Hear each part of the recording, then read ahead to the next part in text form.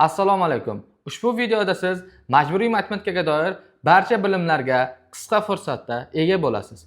Ya'ni majburiy matematikaga Davlat test markazi tomonidan berilgan barcha mavzular va ularga doir nazariy amaliy qismlar, ularga doir masalalar va bundan tashqari eng muhimi esa 2025-yilda tushgan savollarni tahlillar bilan ko'rishingiz mumkin bo'ladi. Eng muhimi, eng qiziqini aytadigan bo'lsam, video oxirida sizga juda ajoyib va takrorlanmas taklif ham berib o'tamiz. Ajoyib yangiligimiz ham bor. Sizga maroqli tomosha tilayman. Akademiyasi asoschisi Matematik Hasan To'yliyev tomonidan majburiy matematikaga tushadigan barcha mavzular, tasdiqlangan mavzular, ularda amaliy nazariy qismi va ularga doir masalalar va o'tgan yili DTMga tushgan savollar bo'yicha to'liq tahlillarini bitta videoda jamladik va siz nasib qilsa yaxshi natijaga olib chiqadi. Ushbu videomiz mustaqil tayyorlanuvchi yoki takrorlash uchun tayyorlanayotgan ustozga, boshqa ustozlarga o'qiyotganlar uchun ham barcha uchun manfaatli bo'ladi deb to'liq tuzib chiqilgan maxsus tezkor. Demak, boshlaydigan bo'lsak, birinchi mavzumiz bu natural sonlar, butun sonlar va ular ustida amallar, umumiy boshlang'ich tushunchalar.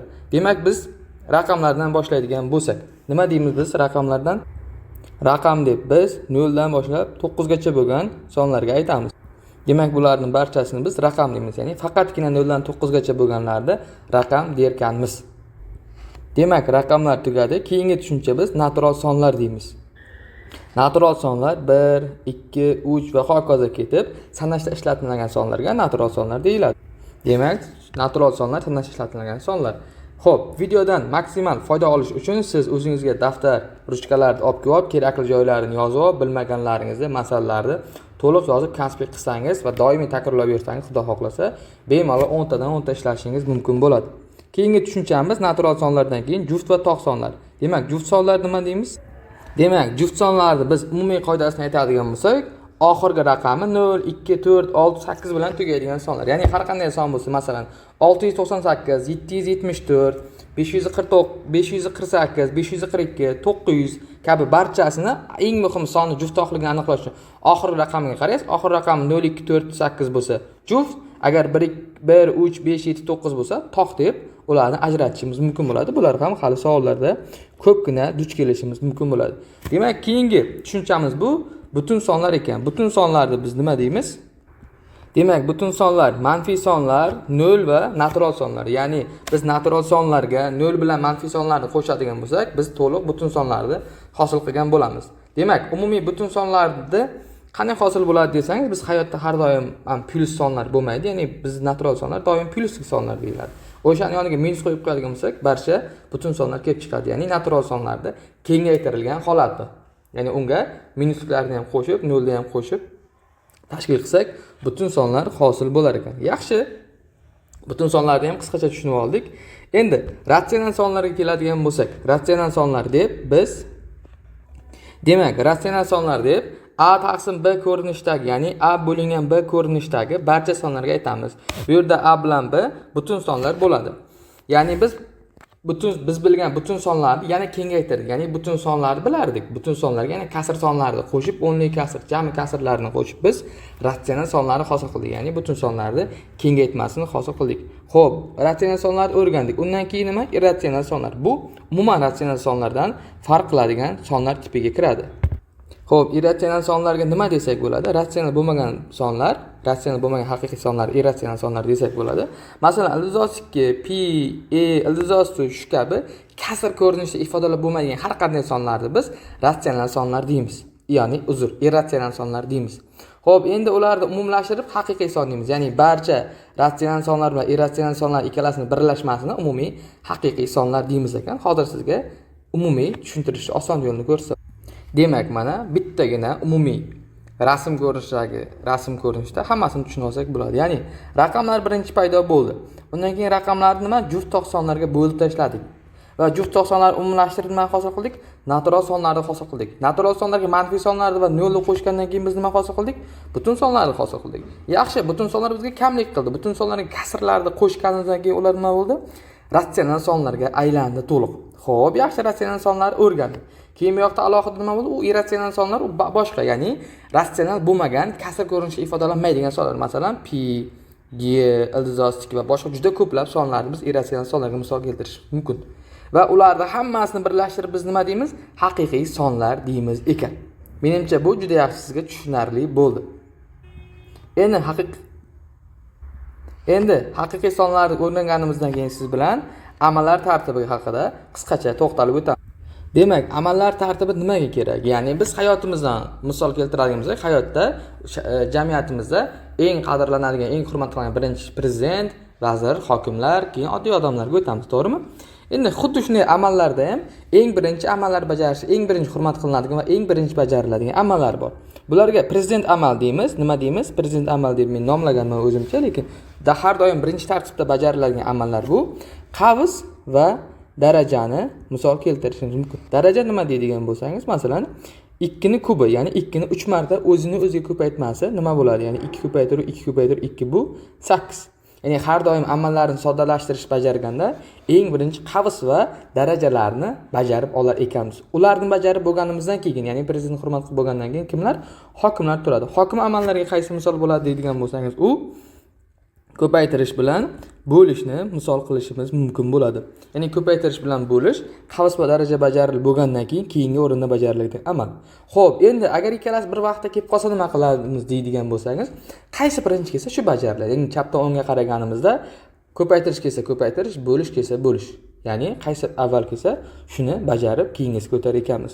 Xo'p, keyingisi oxirgi amallar bu tabiiyki sezgan bo'lsangiz kerak, bu qo'shish, ayirish amallari, ya'ni qavs va daraja bajarib bo'lindi. Undan keyin ko'paytirish, bo'lish bo'lindi va undan keyin oxiri qo'shish va ayirish ham qaysi birinchi kelsa shu ketma-ketlikda bajarar ekanmiz. Endi bularga doir keyingizlar bir nechta masalachalarni maza qilib ko'rib ketamiz. Demak, bizga mana misol berilyapti ekan. Tepadagi amallarni qo'llashimiz kerak. Har doim eng birinchi nima bajariladi dedik? Ha, to'g'ri aytdingiz, qavs bajariladi dedik. Endi qavslarga bu yerda qavs ichida ayirish bilan ko'paytirish turibdi. Qaysi birinchi bajariladi? Bilamizki, ayirish bilan ko'paytirish turganda eng birinchi ko'paytirish bajariladi. Demak, bu birinchi bajariladigan amal. Undan keyin nima? Ayirish bajaramiz. Yaxshi. Bundan natija chiqqandan keyin bo'lish bilan ko'paytirish turibdi. Biz tepada aytdik, qaysi biri kelsa, birinchi kelsa o'sha. Demak, bu bo'lish 3-amal, ko'paytirish 4-amal. Yaxshi, endi ularni bajarib bo'lgandan keyin bu yoqda qaysi turibdi? Birinchi ko'paytirish turibdi. Yaxshi, buni birinchi bajaramiz. Undan keyin bo'lishdi. Yaxshi, keyin qo'shish ayirish qoldi. Qaysi birinchi kelsa shuni va oxiri buni bajaramiz. Endi buni xushturishda bajarishning ikki xil usuli ham bor. Ya'ni birinchisi 3 ko'paytiruv 0 desak, bu 0 bo'ladi. Ikkinchi amal, ya'ni bundan birdan chiqqan amal, ya'ni 6 dan nechini ayiramiz? 0 da ayiramiz. 6 hosil bo'ladi. Uchinchisi qaysi? 48 ni 8 ga bo'ladigan bo'lsak necha bo'ladi? Bu tabiiyki 6 bo'ladi. To'rtinchisi, shu yerda yana bir muhim narsani aytib o'tib ketaman. Majburiga tayyorlanayotgan o'quvchilardan imkon qadar karakarani takrorlab, yaxshilab yodlab qo'yishni iltimos qilib qolamiz, chunki juda qiynalib qolishingiz mumkin imtihon vaqtida. Yaxshi. Endi bo'lgandan keyin 6 chiqadi. 6. Bu ikkinchi amaldan chiqqan ham 6 edi. Ya'ni 6 ni nima qilamiz? 6 ga ko'paytiramiz. Bu 36 hosil bo'ladi. Xo'p, endi 5-amal qaysi? 1 kara 5. Ya'ni 1 da har qanday sonni ko'paytirsak 5 bo'ladi. Bu yerda yana bir narsani aytib ketishim kerak. Har qanday sonni 0 ga ko'paytirsak 0 ni o'zi bo'ladi. Yaxshi. 6 ni bajardik. 7-amal. 6-amal nima bo'ladi? 4 ni 2 ga bo'lishimiz kerak. Bu 2 degani. 7-amal nima deydigan bo'lsangiz, 7-amal bu yoqdan, ya'ni 4-dan chiqqan amaldan 5-dan chiqqan amalni ayirishim kerak. Ya'ni hosil bo'lgan 36 dan nechini ayirishim kerak? 5 ni ayirishim kerak. Bu 31 bo'ladi. 8-amal nima bo'ladi? 31 ga bo'lishdan chiqqan amal necha bo'ladi? Javob 2 ni qo'ysak 33 bo'lar ekan. Demak, javob 33. Bu birinchi usul. Qishloqcha eng birinchi boshlagan odamlar uchun maza qilib o'rganadi. Xo'p, salpal kallasi ishlaydigan odamlar uchun yangi usulimiz nima? Ketma-ket bajarib ketamiz. Ya'ni teng deymiz. 48 to'g'ridan to'g'ri 8 ga bo'lamiz. 6 ko'paytiramiz.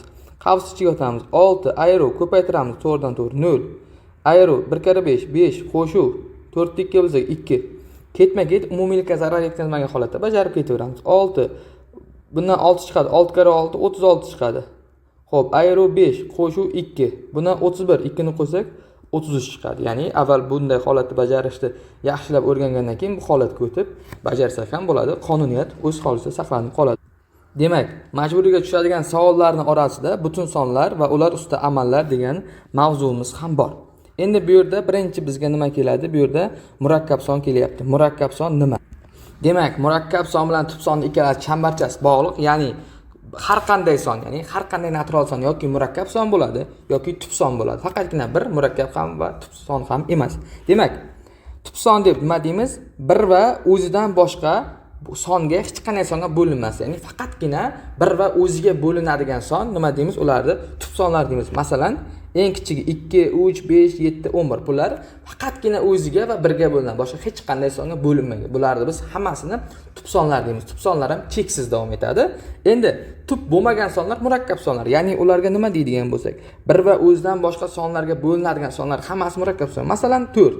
1 va 4 ga bo'linadi. Undan tashqari 2 ga ham bo'linadi. Kamida bitta bo'luvchisi bor. Shu kabi barcha sonlarni biz murakkab sonlar deymiz ekan. Endi bularni sal-pal bilgandan keyin NBC, NB ga o'tsak bo'ladi. Demak, biz NBC, NB ga o'tishdan oldin ularning ta'rifini tushuntirib ketamiz.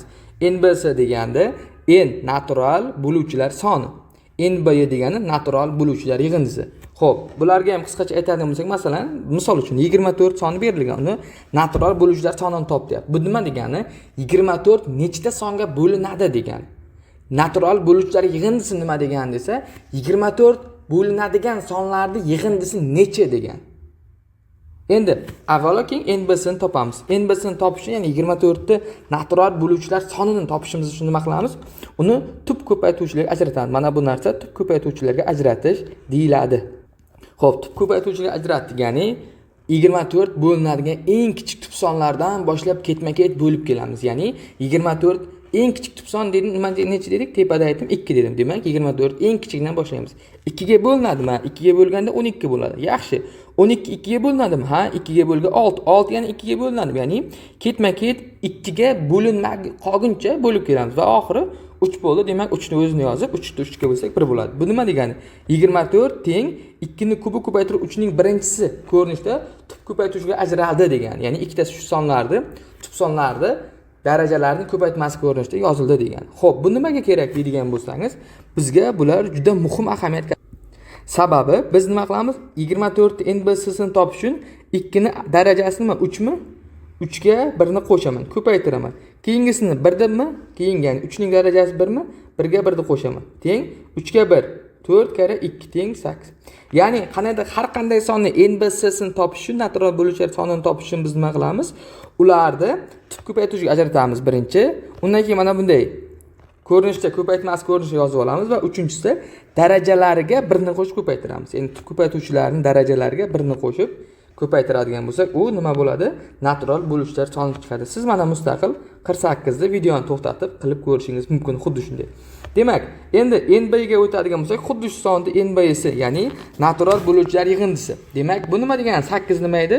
24 8 ta songa bo'linadi, deyapti. Ularni birma-bir yozib tekshirib ko'rishingiz ham mumkin. Demak, NB ni tez yodlash, ya'ni men bularni formulasini katta ko'rinishda emas, osonroq tez yodlashga qulay qilib sizlarga nima qilyapman men? Aytib ketyapman. Demak, NB ni topish uchun nima qilamiz biz? NB ni topishimiz uchun biz eng muhim qilishimiz kerak bo'lgan narsa, birinchi nima qilamiz? Hammasini daraja asoslarini yozamiz. Ya'ni 2 ayru 1 qilaman, 2 ayru 1 ko'paytiraman. Keyingisi 3 mi? 3 ayru 1 qilaman, 3 ayru 1 qilaman. Ya'ni eslab qoling, nechta bo'lsa shunday tepa pastda surat mahrajida ayirib, shunday ko'paytma ko'rinish yozamiz. Keyingi qiladigan ishim mana darajasi 3 mi? 3 ga 1 ni qo'shib bu yerga yozaman. Buning darajasi 1 mi? 1 ga 1 ni qo'shib bu yerga yozaman. Bo'ldi, shuni sirasi hisoblab qo'yaman. 2 ning 4-inchisi nima degani? 2 ni o'ziga o'zini 4 marta ko'paytir degani. 4 marta ko'paytiradigan bo'lsak, necha bo'ladi? 16.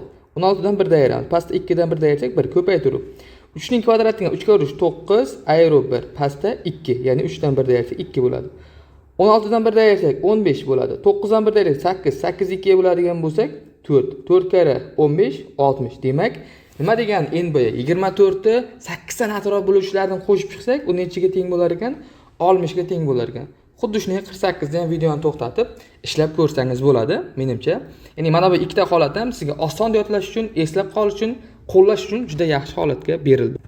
Demak, bizga berilgan 3-mavzu bu ratsional sonlar mavzusi. Ya'ni ratsional sonlar mavzusini biz ko'rib chiqamiz siz bilan. Ularni boshlashdan oldin nima deymiz? Birinchi teskari sonlar deymiz. To'g'rimi? Teskari sonlar. Yuqorida aytildi. Demak, biz bu yerda murakkab sonlarni ko'rdik, tubni ko'rdik, NBC, NB ni ko'rdik. Qarama-qarshi sonlarni nima qilib biz tashlab ketibmiz qoldiqli bo'lish ikkalasini. Demak, ularga qisqacha to'xtaladigan bo'lsak, qarama-qarshi son deb nimaga aytdik? Demak, bizga berilgan har qanday masalan son bo'lsin, ya'ni 7, -8, -5 va hokazo har qanday son bo'lsin, bunga qarama-qarshi degan nima degani? Ya'ni ishorasi teskari degani. Ya'ni bizga A son berilgan bo'lsa, A ga qarama-qarshi degani shunday bitta B sonki, A ga B ni qo'shsak nima bo'lishi kerak? 0 bo'lishi kerak. Ya'ni nima degan? A minus B degan, ya'ni teskari ishorasi degan. Qarama-qarshi degani ikkita son qachon qarama-qarshi bo'ladi?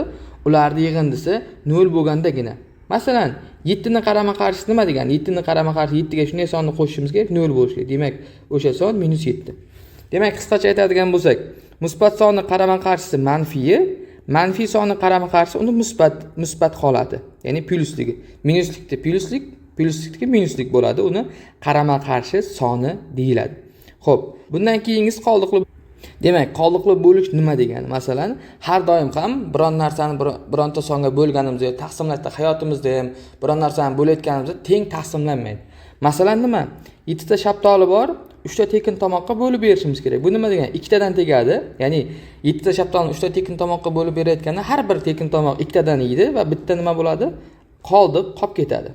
Demak, bu nima deymiz? Bularning umumiy ko'rinishi qoldiqli bo'lish deymiz. Ya'ni A sonini B songa bo'lganimizda S tadan tegib R qoldiq qoladigan bo'lsa, buni biz qoldiqli bo'lish deymiz. Xo'p, biz 7 ni qanday hosil qilsak bo'ladi? 7, ya'ni 7 ta olma degani 3 ta tekin tomoqqa har biriga 2 tadan berganimizni ko'paytiramiz va 1 ni qo'shamiz. Ya'ni har qanday qoldiqli bo'lish degani, mana buni 7 ni ismi nima? Bo'linuvchi, bo'luvchi, bo'linma, to'liqsiz bo'linma, bu qoldiq deyiladi. Ya'ni 7 ni hosil qilish uchun bu ikkalasini ko'paytirib, buni nima qilishimiz kerak ekan? Qo'shib qo'yishimiz kerak bo'lar ekan. Xuddi shunday umumiy qoidasi ham A teng B ko'paytirilgansa qo'shuv R bo'ladi. Xo'p, qoldiqli bo'lishni eng ko'p chalg'itadigan narsa mana bu yerga hech qachon manfiy bo'lmaydi. Har doim plyus bo'ladi. Ya'ni qoldiq har doim qo'shilishi kerak bo'ladi. Keyingi yana eng muhim tushunchalardan, ya'ni tasavvur hech qachon nima bo'ladi? Hech qachon bu bo'luvchidan nima qoldiq katta bo'lish kerak emas. Ya'ni har doim B R dan katta bo'lishi shart. Agar R dan katta bo'lmaydigan bo'lsa nima bo'ladi? Ziddiyatlik bo'lib qoladi. Ya'ni biz tasavvur qiling, ikkalasi teng bo'lib qoldi. Ya'ni qanaydir bitta A son bor, uni 3 ga bo'lyapmiz, ikkitadan tegayapti, 3 nima bo'lyapti? Qoldiq. Demak, A sonni biz mana bu formulaga ko'ra nima deymiz? A son degan 3 × 2 qo'shuv 3. Bu degan 9. 9 3 ga bo'lsa, ikkitadan tegib 3 qoldiq qolish mumkinmi? Aslo unday emas. Demak, nima qilamiz? Har doim bu narsa juda o'rinli va eng muhimi. Mana bu ikkalasi qoldiqli bo'lishning eng muhim tushunchalaridan hisoblanadi. Buni yodga olib qo'ying. Demak, ratsional sonlardagi teskari sonlar nima degani? Teskari sonlar. Xo'p, biz teskari sonlardan oldin biz qisqacha aytib o'tishimiz kerak kasrlarni. Ya'ni kasr nima degani? Kasr deb biz A taqsim B ko'rinishda ifodalab bo'ladiganlarni kasr deymiz. Ya'ni bu yerda bu kasr degani o'zi asli bo'lishni kasr ko'rinishidagi ifodasi. Ya'ni A degani. Xo'p, demak, mana kasrda biz nima? Kasrda o'zi ma'nosi kasra taqsimlayman, bo'laman degani. Ya'ni biz bo'lishni har doim ham aniq ifodalab bo'lmagani uchun kasrlarni kiritganmiz. Ya'ni A bu yerda kasrning surati, pastda chiziq bu kasr chizig'i bo'lish belgisini bildiradi. B esa kasrning maxraji. Ya'ni 4/2 ni men 4 taqsim 2, ya'ni 4/2 kasr ko'rinishida yozishim mumkin va buni ikki xil o'qishim mumkin. 4 taqsim 2, ya'ni 4, mana bu taqsim 2 xohlasam yoki 2 dan 4, 2 dan 4 deb ham o'qishim mumkin. Ikki xil o'qish uslubi bor. Endi 6/3 6 taqsim 3 yoki 3 dan 6 bu baribir 2. Demak, 5/2 ni 5 taqsim 2 deb yozib qo'ysam ham bo'lar ekan. Demak, keyin biz kasrlarni ikkita tipga bo'lamiz, ya'ni to'g'ri kasrlar va noto'g'ri kasrlar. To'g'ri kasrlarga 5 taqsim 8, 6 taqsim 9, 7 taqsim 1. Ya'ni har doim agar maxraji katta bo'lgan har qanday kasr bu to'g'ri kasr bo'ladi va qat'iy katta bo'lishi shart. Noto'g'ri kasrlar degani agar maxraji katta bo'lgan har qanday kasr, ya'ni maxraji agar suratidan nima bo'lib ketsa, kichik bo'lib qolsa, uzr. Maxraj suratidan kichik bo'lib qoladigan bo'lsa yoki teng bo'lgan taqdirda ham nima deymiz bularni? Hammasini noto'g'ri kasr deymiz. Endi noto'g'ri kasrlarni ham turga bo'l. Ya'ni noto'g'ri kasrlarni biz aralash kasr ko'rinishida yozib olishimiz mumkin. Ya'ni bu nima degani? 7 ni 3 ga 7 taqsim 3 degani biz 2/1 taqsim 3 deb yozishimiz mumkin. Ya'ni bu qayerdan kelib chiqdi? Ma'nosi nima deydigan bo'lsangiz, boya aytgandek, 7 ta olma bor, 3 ta tekin tomoqqa bo'lib berishim kerak. O'sha bo'layotganda nima bo'ladi? Har bittasiga ikkitadan butun beraman, to'g'rimi? Ya'ni har bir tekin tomoq ikkitadan to'liq yeydi va bitta nima bo'ladi? Qolib ketadi. Ya'ni bittani nima qilamiz? 3 ga bo'lgandagi holat. Ya'ni bitta turibdi, bo'linmay holatda. Shunday ko'rinishda biz aralash kasr ko'rinishi bo'ladi. Demak, endi bir narsani bilib olishimiz kerak. Qachon noto'g'ri kasrdan aralash kasrdan noto'g'ri kasrga o'tishdi. Ya'ni bizga 11/4 noto'g'ri kasr berilgan bo'lsa, buni nima qilamiz? Bu deganda 11 ichida 4 eng ko'pi bilan nechta butun qismi? 11 4 ga bo'lsa 2 butun bo'ladi, to'g'rimi? Qoldiq tepaga yozamiz. 3 qoldiq, pastda 4. Ya'ni 11 4 ga bo'lganimizga 2 butun 3/4 desak ham yoki 2 butun 4 dan 3 desak ham bir xil shu narsani anglatadi. Ya'ni 11 ta odamga 11 ta olmani 4 ta tekin tomoqqa berayotganda har biriga 2 tadan tegib 3 tasi nima bo'lib qoladi? O'rtada bo'linmay, taqsimlanmay qoladi. Shu ko'rinishdagi ifoda. Endi agar aralash kasrdan noto'g'ri kasrga o'tayotganimizda oddiygina buni bunga ko'paytirib, buni qo'shib qo'yamiz. Ya'ni 2 ni 3 ga ko'paytirib, 1 ni qo'shib qo'yadigan bo'lsak, pastda 3 ni o'zi turadi. 2 kere 3 6, 1 ni qo'ysak 7/3 ko'rinishda. Ya'ni aralash kasrdan biz noto'g'ri kasrga shu ko'rinishda o'tkazar ekanmiz. Demak, endi siz bilan soddagina kasrlarni qo'shib ayirishga o'tib ketamiz. Demak, kasrlarni qo'shib ayirayotganimizda eng muhim narsa ularni maxrajiga e'tibor berish. Agar ularni maxrajlari bir xil bo'ladigan bo'lsa, suratlarni o'zini qo'shib qo'yamiz. Ya'ni 1 qo'shib 2 qilamiz, pastda maxraj o'zi turaveradi. 1 ga 2 3, pastda maxraj o'zi turaveradi. Ya'ni kasrlarni qo'shib ayirishda maxrajlari bir xil bo'lsa, suratlarni qo'shib ayirib qo'yamiz. Bu yerga maxrajlari bir xil, tepani qo'shib qo'yamiz. Ya'ni 5/6. Ayirishda ham xuddi shunday. Maxrajlari bir xil ekan, demak 5 dan 4 ta ayiramiz. 1/9 bo'lar ekan. Endi xuddi shunday biz 8 dan 2 ni ayiramiz 6, pastda 11 da o'zi turadi. Yaxshi, endi kasrlarni qisqartirish haqida qisqacha aytib o'tib ketadigan bo'lsak, nima degani kasrni qisqartirish? Ya'ni, masalan qarang. Piyoz shu turishda ham piyozni postini archsangiz ham piyoz hech narsa o'zgarmaydi. Karam ham xuddi shunday. Ya'ni men kiyim, qalin qishki kiyimda ham shu Hasan, kiyimimda yengil yozgi kiyimda ham shu Hasan, hech narsa o'zgarmaydi. Xuddi shunday kasrlar ham umumiy. Mana bu kasrni biz ikkita tarafi ham surat maxrajini bir xil songa, 0 dan farqli bo'lgan songa ko'paytirsam ham bo'lsa ham hech narsa o'zgarmaydi. Demak, ikkalasi nechiga bo'linadi? 2 ga bo'laman, demak 16 ni ham 2 ga bo'laman, pastda 24 ni ham 2 ga bo'laman. Hech narsa o'zgarmaydi. Tepa 8, past 12. Yana 2 ga bo'laman, bo'laman yana 2 ga. Tepa 4, past 6. Yana bo'linadim, bo'laman 2 ga. Yaxshi, zo'r ketyapti lekin. 2/3. Bo'ldi, demak kasrlarni qisqartirsak, mana bu kasr bilan bu kasr nima? Teng kasr ikkalasi. Xuddi shunday. Ya'ni piyoz po'stlog'i bilan po'stlog'isiz farqi yo'q. Demak, bu kasr bilan bu ikkalasi teng kuchli. Demak, odatda kasrlarni maxraj masalalarida ishlayotganda qisqartirib ham ishlashimiz mumkin. Xo'p, endi agar kasrlarning maxrajlari bir xil bo'lmasa nima qilamiz? Ularni umumiy maxrajga keltiramiz. Buni nima degani? Umumiy maxraj degani desangiz, sodda qilib aytadigan bo'lsa, ikki xil vaznli odamni urishtirib bo'lmaydi. Ya'ni, masalan, men bilan Habib Nurmuhammedov urisha olmaymiz degan, mening vaznim Habib Nurmuhammedovga og'irroq yoki shu kabi narsalar. Ya'ni, turli xil vazndagi odamlar urisha olmaganda oktagonda yo UFC'da xuddi shunday biz maxrajlari turli xil bo'lgan sonlarni qo'shib ayirayotganimizda ularni maxrajlarini tenglashtiramiz. Bu degani bunikini bunga ko'paytirib qo'yamiz, maxrajini bunikini bunga ko'paytirib qo'yamiz. Ya'ni ikkalasini pasini tenglashtirish maxrajlarini. Xo'p, 3 ni ko'paytiryapman, 3 ni surat maxrajiga ikkalasini ko'paytiraman. Ya'ni 3 kere 1 3, 3 kere 2 6 qo'shuv 2 kere 1 2, 2 kere 3 6 teng. Maxrajlari teng bo'ldi, men suratlarini o'zini qo'shib qo'yaman. 3 ga 2 5, pastda 6. Xuddi shunday bunda ham, ya'ni buniki 5, bunga 10, bunga 10 ko'paytiraman, bunga 5 ko'paytiraman, teng.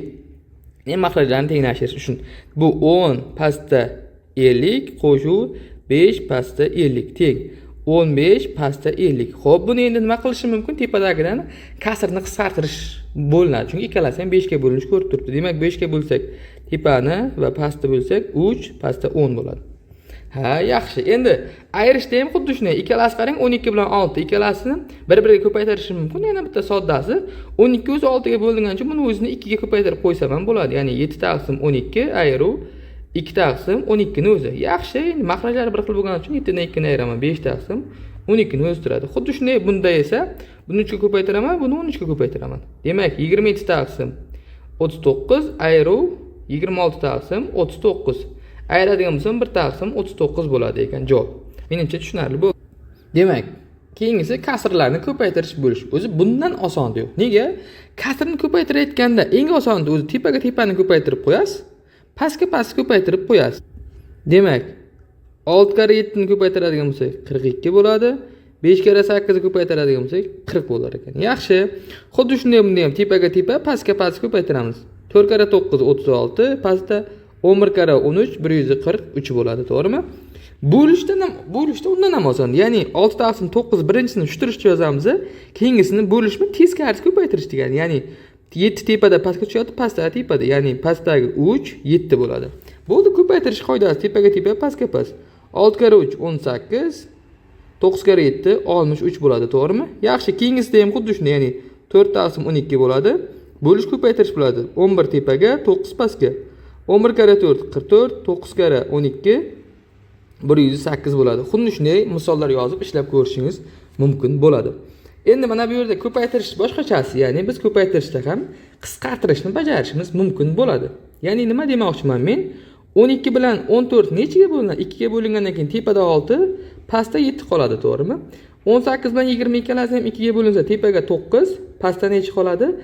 10 qoladi, to'g'rimi? Yana bu ishimiz osonlashdi. Yana tepaga tepa, pastga past. 6 kere 9 54, 10 kere 7 nechisi? 70. Yana 2 ga bo'lib soddalashtirsak bo'ladi. Ikkalasi ham 7 ga bo'lingani uchun tepa 7 ga bo'linsak 27, past 35 bo'ladi. Bunda ham xuddi shunday 0 ga 0 soddalashtirsak bo'ladi. Bo'lish nima degani? Teskari ko'paytirish. Ya'ni 2 taqsim 3 ko'paytiruv 9 taqsim 6 degani. Bu mana bu kasr chiziq bo'lish bildirgandan keyin 9 3 ga bo'ladigan bo'lsak, pastda 1, tepada 3. 6 bilan 3 ikkalasi ham 3 ga bo'lgandan keyin tepada 1, pastda 2 bo'ladi. 2 bilan 2 qisqaradi, demak javob 1 bo'ladi. Ya'ni bunday qilib ham bo'lish ko'paytirishda qisqartirishni bajarishimiz mumkin bo'lar ekan. Demak, endi teskari sonlarga qisqacha tushuntirish berib o'tib kelsak bo'ladi. Ya'ni teskari sonlar deb a bilan, ya'ni ko'paytmasi 1 ga teng bo'lgan sonlarni teskari son deymiz. Ya'ni a ko'paytiruv b teng 1 ga teng bo'lgan. Masalan, 2 ni teskarisi nima degani? 2 ko'paytiruv b teng 1 degani. Ya'ni b teng 1 taqsim 2.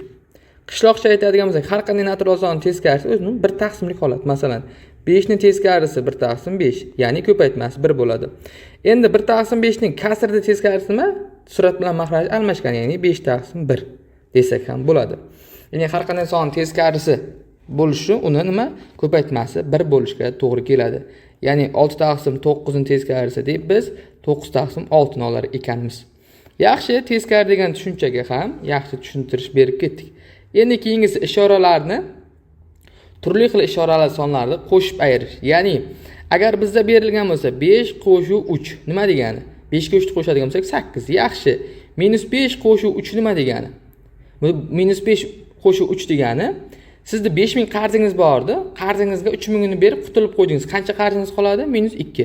Qishloqcha aytadigan bo'lsak, tushuntirib aytadigan bo'lsam, 2 xil ishorali masalalarni 2 xil ishorali sonlarni soddalashtirishimizda biz nima qilamiz?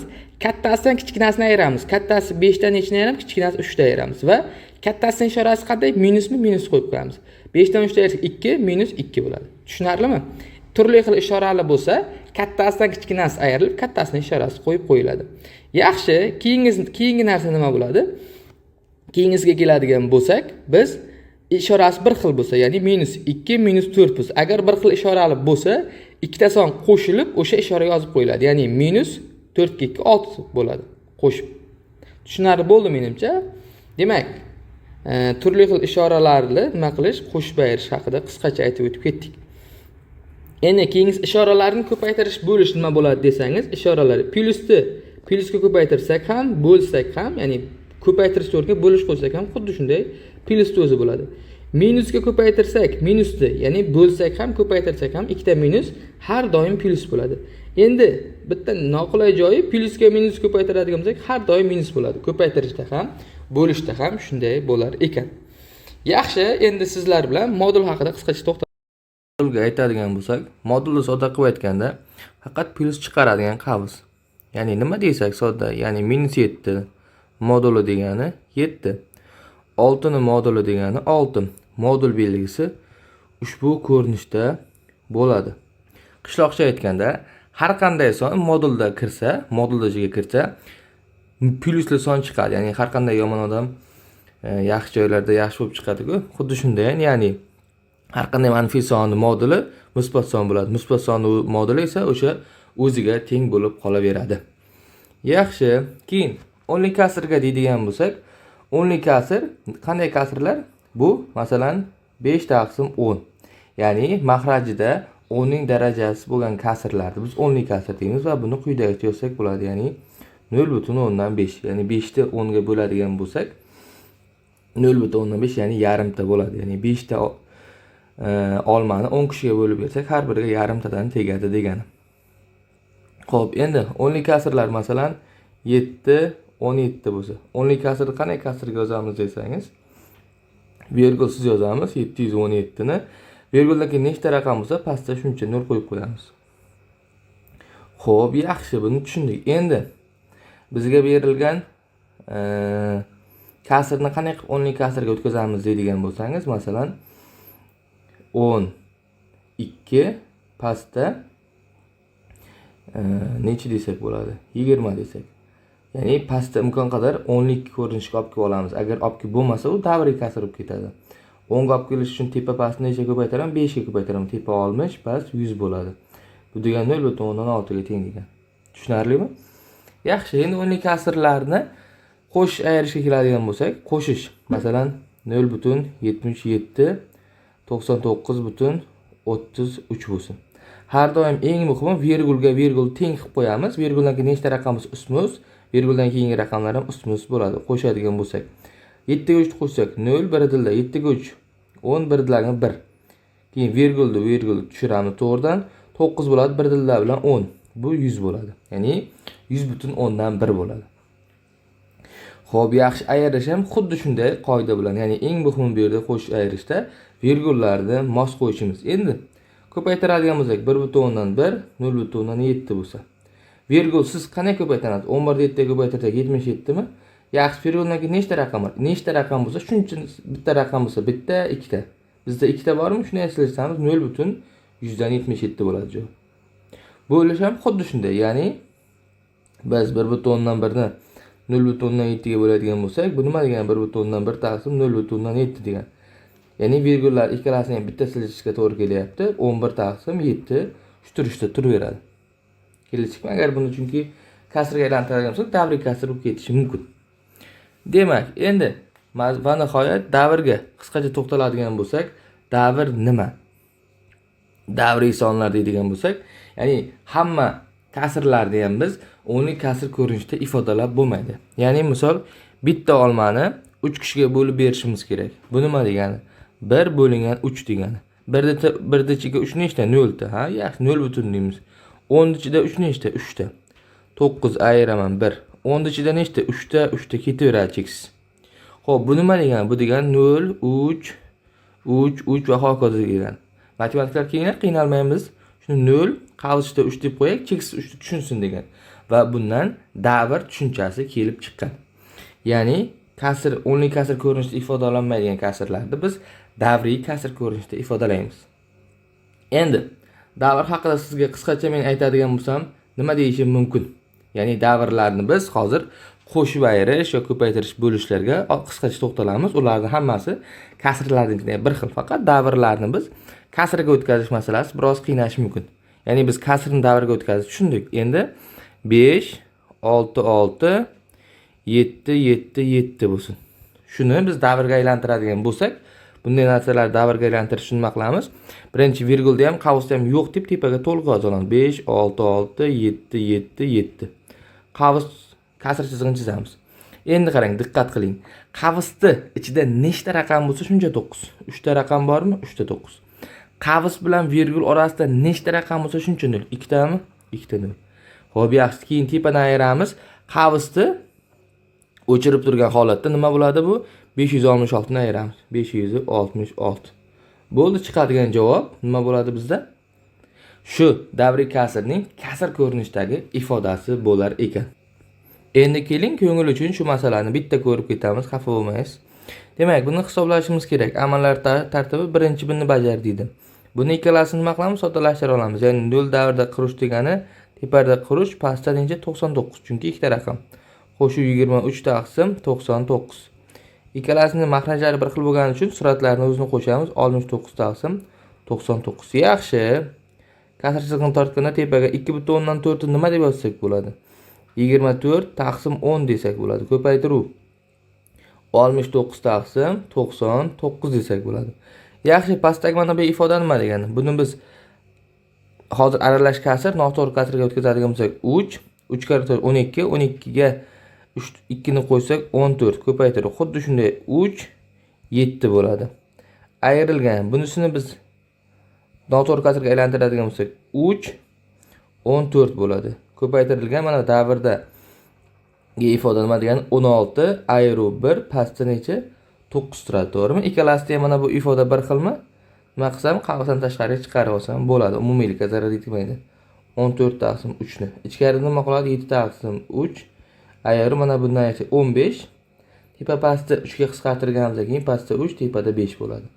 Demak, buni soddalashtiradigan bo'lsam 7 dan 5 ni ayiraman 2, ya'ni 14 taqsim 3 ko'paytirib 2 taqsim 3 degan javobni olar ekanman. Yaxshi, pastga yozaman.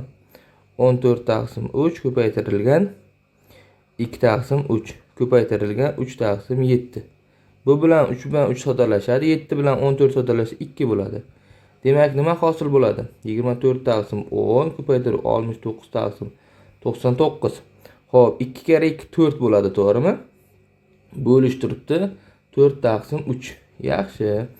Endi bularni soddalashtiradigan bo'lsam, ikkalasi ham nechaga bo'linadi? 3 ga bo'linadi. 23 33. To'g'rimi? 24 taqsim 10 ko'paytirib 23 taqsim 33. Mana bu yerga men xato qilib ketibman. 69 emas, 66 bo'lar ekan. Shunda mana bu 22 bo'ladi bu ham. 22 bo'ladi. Bu bo'lish teskari ko'paytirish degan 3 taqsim 4. Tepa past 11 ga bo'linadi, tepada 2, pastda 3 bo'ladi. 3 bilan 3 soddalashadi. 4 bilan 24 soddalashsa 6 bo'ladi. 2 bilan 10 soddalashsa 5 bo'ladi. Demak, 6 taqsim 5 yoki 1/2 desak ham bo'ladi javob. Nisbat nima degani? Ya'ni keyingi o'rganadiganimiz nisbat tushunchasi bu yerda. Bo'lish degani, ya'ni 5/3, 5 ni 3 ga nisbat desak ham bo'ladi. 5 taqsim 3 nisbatda desak ham bo'ladi. Endi, masalan, 15 ni nima deyish mumkin? 15 ni 1 taqsim 2 qismini toping desa yoki 15 ni qanaqadir nisbatda bo'lgandagi qismini toping deb bizga masala berish mumkin nisbatga doir. Proporsiyaga keladigan bo'lsak, proporsiya nima deydigan bo'lsak, proporsiya bu masalan A bo'lingan B teng C bo'lingan D. Ya'ni proporsiya degani bu shu tenglik qanoatlantiradigan sonlarga aytiladi. Bunga o'rta qadlar ko'paytmas, chetki qadlar ko'paytmas degan. Ya'ni A taqsim B teng C taqsim D. Kapalak usul degani. Mana bunday kapalak usul. Buni bunga ko'paytmas, buni bunga ko'paytmas. Endi ya'ni A ko'paytirilgan D teng B ko'paytirilgan C deb aytsak bo'ladi biz umumiy proporsiya. Endi ko'ngil uchun shu mavzumizga doir bir ikkita masala ko'rib ketadigan bo'lsak, nima bo'lyapti? Maftuna pulning 1 taqsim 3 qismini kitob, 1 taqsim 3 qismiga daftar. Ya'ni tepada biz proporsiyaga doir masalan 12 bo'lingan x teng 3 bo'lingan 4 deb masalan misollar berish mumkin. Bu nima degani? Bu yerda 3 ko'paytirib x teng 48 degani. Ya'ni o'rta xatlar chetki xatlarga ko'paytmasga teng degandi. Ko'paytirish bo'lishuvisi 48 ni 3 ga bo'ladigan bo'lsak 16 chiqadi. Demak, buni yechimi 16 bo'lar ekan. Endi masalaga qaytadigan bo'lsak, maftunada qanchadir x miqdorida pul bor edi. O'sha x miqdordagi pulni qanchadir qismini nima? 1 taqsim 3 qismi degani x taqsim 3 degani, to'g'rimi? Kitobga ishlatibdi. Yaxshi. Keyin x taqsim 6 qismini nimaga ishlatibdi? Daftarga ishlatibdi. Undan ham yaxshi. Aqlli qiz ekan. Keyin x taqsim 9 qismini nimaga ishlatibdi? Ruchkaga ishlatibdi. Keyin unga qancha pul qolibdi? Shunchagina pul qolibdi. Bu degani ayiraman x taqsim 3, olgan narsalarni ayiraman x taqsim 6, ayiraman x taqsim 9 teng 35 ming pul qolibdi. Umumiy makraj berib soddalashtiradigan bo'lsam, umumiy makraj necha bo'ladi? 3, 6, 9 ga hammasi bo'linadigan eng kichkina tursa, ya'ni 2 kun topadigan bo'lsak, u 18 ga teng. Demak, 18 bo'lish uchun buni 18 ga ko'paytiraman, buni 6 ga, buni 3 ga, buni 2 ga. 18x ayru 6x ayru 3x ayru 2x teng 35 ming. Ayiradigan bo'lsak 7x taqsim 18 teng 35 deb yozib turay. Hech narsa qilmaydi-ku. Demak, bu yerdan nima bo'ladi? Bu bilan bu qisqarib x teng 90 ming deb oladi. Demak, maftunada dastlab 90 ming pul bo'lgan ekan. Demak, tenglama va tenglamalar sistemasi. Tenglamaning eng muhim ikkita qoidasi bor. Qo'shish teng ayirish, ko'paytirish teng bo'lish. Ya'ni tenglikni bir tomonda qo'shish bo'lsa, ikkinchi tomonga ayirish bo'lib o'tadi. Ko'paytirish bo'lsa bo'lish, bo'lish bo'lsa ko'paytirish bo'lib o'tadi.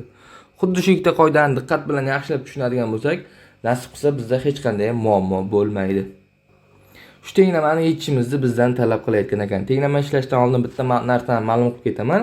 Xabarimiz bor, ya'ni qavsda oldidagi ishora minus bo'ladigan bo'lsa, qavsda ichidagilar har doim teskarisiga o'zgaradi. Ya'ni a ishorasi yo'qmi, demak plyus.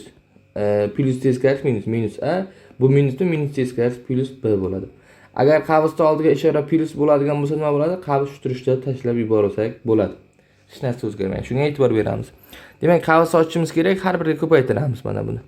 4 2 x ga ko'paytirsak 8x, o'rtadagi ishora minus, 4 kare 1 4, ayru. Buni bunga ko'paytiraman, buni bunga ko'paytiraman. Minus 7 ga ko'paytirsam minus 21, minus 7 ni minus x ga ko'paytirsam plyusdan ikkita minus plyus bo'lib ketadi. 7x bo'ladi teng. 11 da 4 ga ko'paytirsak 44, qo'shuv 11x. To'g'rimi? Qo'shuv 21.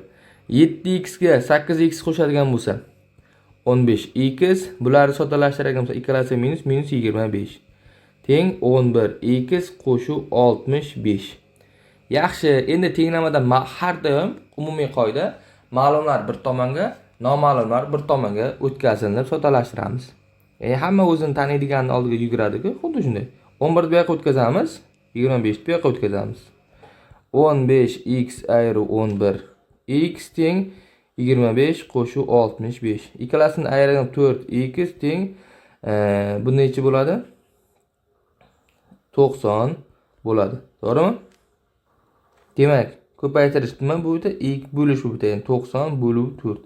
Buni xohlasangiz 2 ga bo'lib tepa-past 45 taqsim 2 desangiz ham bo'ladi yoki 22.5 desangiz ham bo'lar ekan. Mana buni biz tenglamalar sistemasi deymiz. Ya'ni birini ikkita tenglama yoki ikkitadan ko'p bo'lgan tenglamalarni biz umumiy tenglamalar sistemasi deb aytar ekanmiz. Buni qanday ishlaymiz? Buni ishlash juda sodda. Ya'ni bunday masalalar umumiy ishlash qoidasi bittasidan x yo y topib, ikkinchisiga olib borib qo'ysangiz ham bo'ladi. Yanada sodda usuli ikkalasidagi x va y larni yo'qotish orqali ham qilsangiz bo'ladi. Keyin sizga ikkinchisi orqali qilib beraman, ya'ni ikkitasini ham 3 ga ko'paytiraman. Ya'ni 3x qo'shuv 12 y teng minus 6. Ikkita tomonni ham 3 ga ko'paytirdim, hech narsa o'zgarmaydi. Ya'ni masalan xo'p, keyin 3x ayru y teng 7. Endi nima qilaman? Ayiraman. Tepadan pastni ayiraman. Bu nima degani? Tepadagi 3x qo'shuv 12 dan ayiraman pastda. Minus ta'sir qilsa minus 3x bo'ladi. Buniki plyus bo'lib ketadi. Teng minus 6 minus 7 bo'ladi. 3x dan 3x ayirsam qisqaradi, to'g'rimi? 12y dan 12y ga y qo'ysam 13y bo'ladi. Bu yoqda minus 13 bo'ladi. Bundan y topib oladigan bo'lsam, bo'lish bo'lsa minus 1 bo'ladi, to'g'rimi? Minus 1 ni topdim.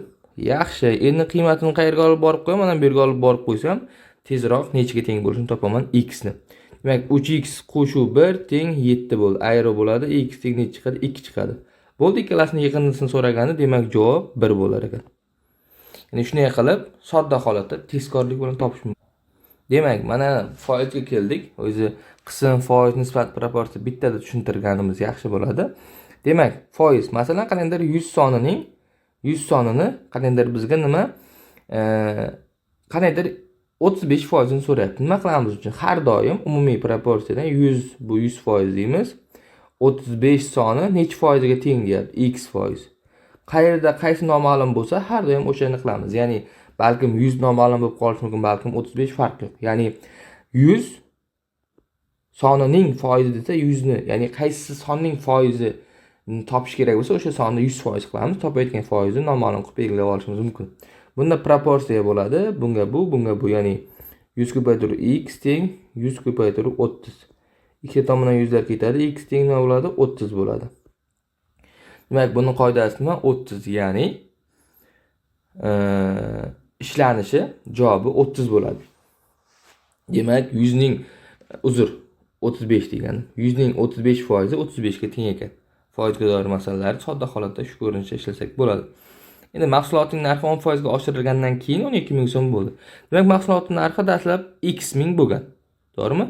U 10% ga oshirildi. Ya'ni u x bo'lgan va u 100% bo'lgan. 10% ga oshirilgandan keyin necha foiz bo'ladi? 110% bo'ladimi? Yaxshi, 110% qancha? 13200 so'm bo'lib qolyapti. Proporsiya qilib sodda holatda topsak bo'ladi. Demak, x ni 110 ga ko'paytiramiz, teng 100 ni 13200 ga ko'paytiramiz. Ikkita tomondan bitta nollar soddalashtiramiz. Keyin x teng ko'paytirish bu yoqqa bo'lishuv o'tadi. Ya'ni 132 mingni nechaga bo'lamiz? 11 ga bo'lsak, teng 12 bo'ladi, to'g'rimi? 12 ming chiqar ekan.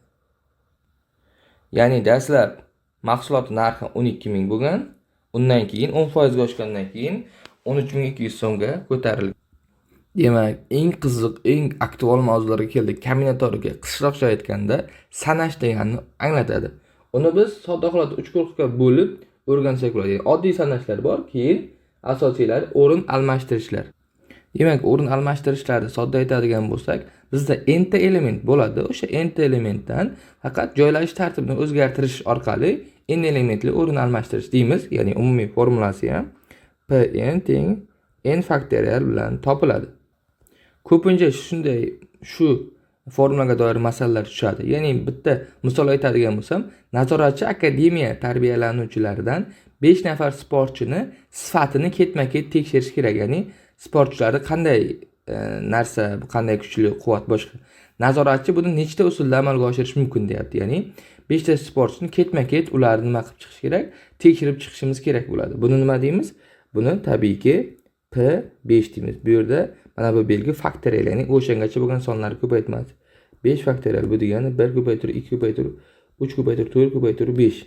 Bu degani 120 degani. Mana sizga sodda qilib tushuntiradigan bo'lsa, mana 5 ta sportchi bo'ladigan bo'lsa, ularni nima qilish kerak? Sifatini tekshirish kerak. Demak, mana bu yerda biz 5 ta sportchi ham, ya'ni birinchi 5 ta sportchidan xohlaganimiz birinchisi bo'lish mumkin. Undan keyin bittasini tanlab olganimizdan keyin ikkinchisiga tabiiyki 5 tadan qolgan 4 ta, 4 tadan ixtiyoriy bittasi bo'lish mumkin. Bunga esa qolgan 3 tadan, bunda esa qolgan 2 tadan, bunga esa qolgan bittagina bo'lish mumkin. Demak, ya'ni birinchiga 5 kishi aylanishi mumkin, keyin ikkinchisiga 4 ta, 3 ta hammasini ko'paytiradigan bo'lsak, mana 120 ni beradi. Ya'ni har bitta aylanishiga har bittasi to'g'ri kelib ketishga aylanadi. Ya'ni bunga birinchisi 1 da olsak, qolganlari aylanadi yana, 2 da olsak yana aylanadi, yana aylanib, jami biz 120 ta shu holatda aylanish bo'ladi. Ya'ni o'rin almashtirishlar soni. Demak, ya'ni asosan birinchiga doir masala ko'proq tushadi, lekin ikkinchida ham bilib qo'ysak zarar qilmaydi. Nima degani bu? O'rinlashtirishlar, ya'ni bizda berilgan n ta elementdan kattani o'rinlashtirib tartiblashni sonini so'raydi. Masalan, demak, mana bu yerda 3 ta element bor bizda. Ya'ni A, B, C ular ketma-ket tartib buzilmagan holatda turibdi. Ularda nima? Ikkitadan o'rin almashtirishlar soni nechta bo'ladi? Mana ikkitadan taxlab chiqqanimizda hammasi nima jami bo'lib 6 ta bo'ladi. Bu yerda A, B bilan B, A bitta emas, chunki ularni birinchi va ikkinchi o'rinda turishlari alohida holat hisoblanib sanaladi. Xo'p, keyingi muhim mavzu bu ehtimollar nazariyasi. Ehtimollar nazariyasi nima? Jaydaricha tushuntirganimizda tasodifiy bo'layotgan jarayonlarni aniqlaydigan, ularni ko'radigan, ularni o'rganadigan fan sifatida shakllangan. Ya'ni biz tasodifiy bo'layotgan jarayonlarni hisobini olib, qiymatini olib hisoblab ketar ekanmiz. Demak, mana umumiy formulaga aytadigan bo'lsak, PA, ya'ni A hodisani ro'y berish ehtimolini hisoblayapti. Eng klassik ta'riflardan biri. Nima deydigan bo'lsak, buni qishloqcha aytadigan bo'lsak, tangani chukka yo pukka tushadi. Ya'ni gerb yo bu tomon tushishini ehtimolini toping deydi. Tanga jami qanday jarayon? P. Tangani oladigan bo'lsak, dumaloq tangani oladigan bo'lsak, jami tashlasangiz yo chukka yo pukka, ya'ni o'ng yo chap tushadi, to'g'rimi? Jami tushishlar soni 2 ta. Bizda qaysi holat chukka tushishini so'rayapti, ya'ni bitta holat, ya'ni bizga kerakli bo'lgan holat bu bitta. Demak, uni ehtimoli 1/2, ya'ni 0.5 desak ham bo'ladi. Demak, keyingi ko'p uchraydigan holatlar bu bog'liq emas hodisalarning birga bajarilishi. Ya'ni nima deydigan bo'lsak, masalan, bizda aytayapti sportchilar. Bitta sportchi Amerikaga borib, ya'ni Amerikadan biz 8 ta sportchini tanlashimiz mumkin. 8 ta sportchini tanlashimiz mumkin Fransiyadan 10 ta sportchini tanlashimiz mumkin. Tanlash ehtimolimiz bor. Ikkalasini birgalikda tanlash ehtimolimiz qancha deydigan bo'lsa, ya'ni 8 ta va 10 tani so'raydigan bo'lsa, ikkalasini ham, ya'ni 8 ni 10 ga ko'paytirib qo'yamiz, jami 80 ta chiqadi. Ya'ni ikkalasi bir-biriga bog'liq emas, Fransiya bilan Amerika, shuning uchun o'shanday holatlarda ko'paytirib qo'yib, qiymatini hisoblab qo'yamiz. Ehtimol nazariyasiga odatda shunday masalalar tushadi. Demak, keyingisi bu ketma-ketlik, qonuniyatlar, mantiq, algoritm. Bularga doir masalalarni biz siz bilan 2025 ga tushgan savollar orasidan ko'rib, yaxshiroq o'rgansak bo'ladi. Chunki bu mavzu juda chuqurlashib ketishimizga kerak bo'ladi. Yuzaki aytadigan bo'lsak, masalalarga yengil o'tib ketamiz. Hattoki eng muhim mavzu, hattoki asosiy fan matematika bo'lganlarda ham qiynaydigan eng muhim mavzu, o'quvchilarimizni ham o'tgan juda qiynab qo'ygan mavzu va Instagramda ham eng ko'p ko'rilgan shu masalani yechimim. Shaxsan o'zim tashlaganimda. Demak, nima deyapti? 10 va 11 oralig'ida yoqilg'ining qancha qismi ishlatilgan deyapti. Juda ko'pchilik nima muammo qiladi bu yerda? Qarang, mana bu yerda 10 bilan 12 oralig'i turibdi, to'g'rimi? Nima qiladi? 36 bilan 46 deydi. Ya'ni 36 qismi ishlatilgan deb 36 bo'yicha qism oladi yoki 24 bo'yicha oladi. Shu kabi juda ko'p muammolar qiladi. Ma'nosi nima buni? Yoqilg'i jami o'zi 40 litr bo'lgan dastlab. Undan keyin 10 da necha litrga tushib qolyapti? 10 da 36 litrga tushib qolyapti ishlatilinib. 12 da nechaga tushyapti? 12 da 24 ga tushib qolyapti. Orasida farq necha? 8. Demak, 10 dan 12 gacha u 8 litrda ishlatgan yoqilg'ini. Boshqa ortiqcha umuman yoqilg'i ishlatmagan. Tushunyapsizlarmi? Demak, bizga nima kerak? Bizga 40 ning qanaqadir x qismi bu nima 8 ga teng ekan. Bo'ldi, shuni hisoblaydigan bo'lsak, uzr 8 debman, 12 litr.